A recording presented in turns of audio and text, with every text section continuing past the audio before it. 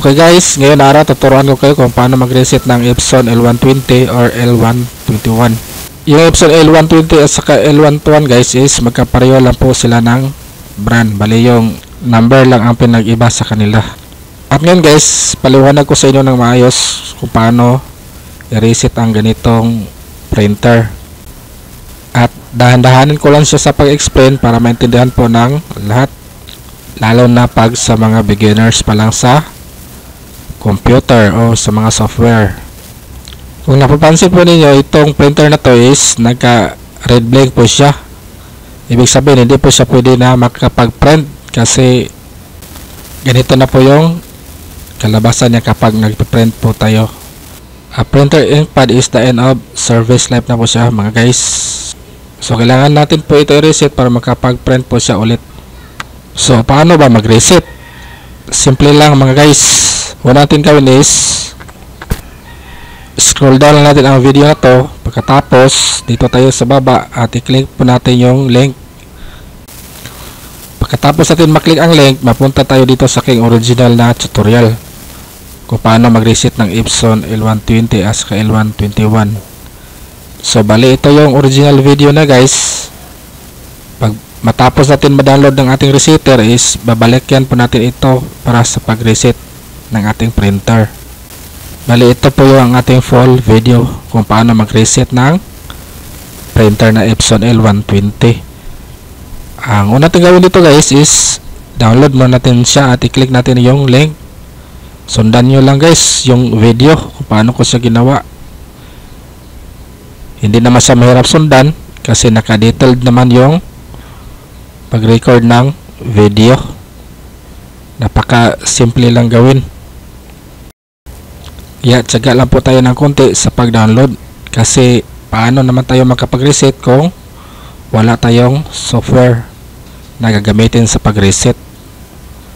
So kailangan natin i-download yung resetter para may-reset ang ating printer kasi yon ang kakailanganin sa pag-reset ng ating printer.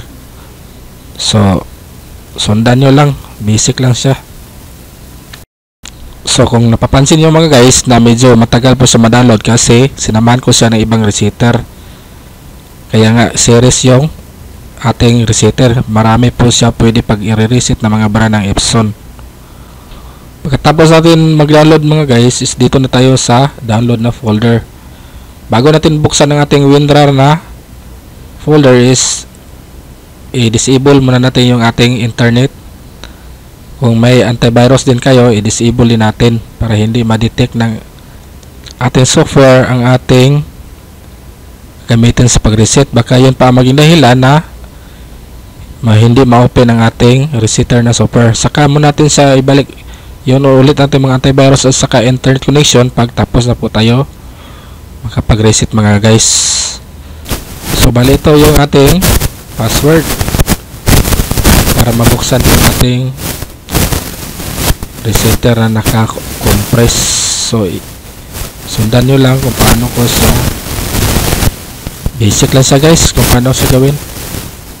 Input nyo lang kung ano yung nakikita nyo sa pag-record ng ating tutorial. So kung napansin nyo guys, marami po siyang kasama na mga resetter sa iba't ibang brand po yan ng mga Epson. Bali sinamahan ko lang siya. So ito naman talaga yung gagamitin natin, Epson L120 lang talaga guys kasi Epson L120 lang yung gagamitin natin sa pag-reset ng ating printer kasi L120 or L121 lang po yung printer natin na ating ginagamit. So ito na po yung ating resetter mga guys. So pwede na tayo simula mag-reset nito at i-click nyo lang yung sa baba ng ating video para sa link na tutorial, yung full tutorial kung paano mag-reset ng Epson.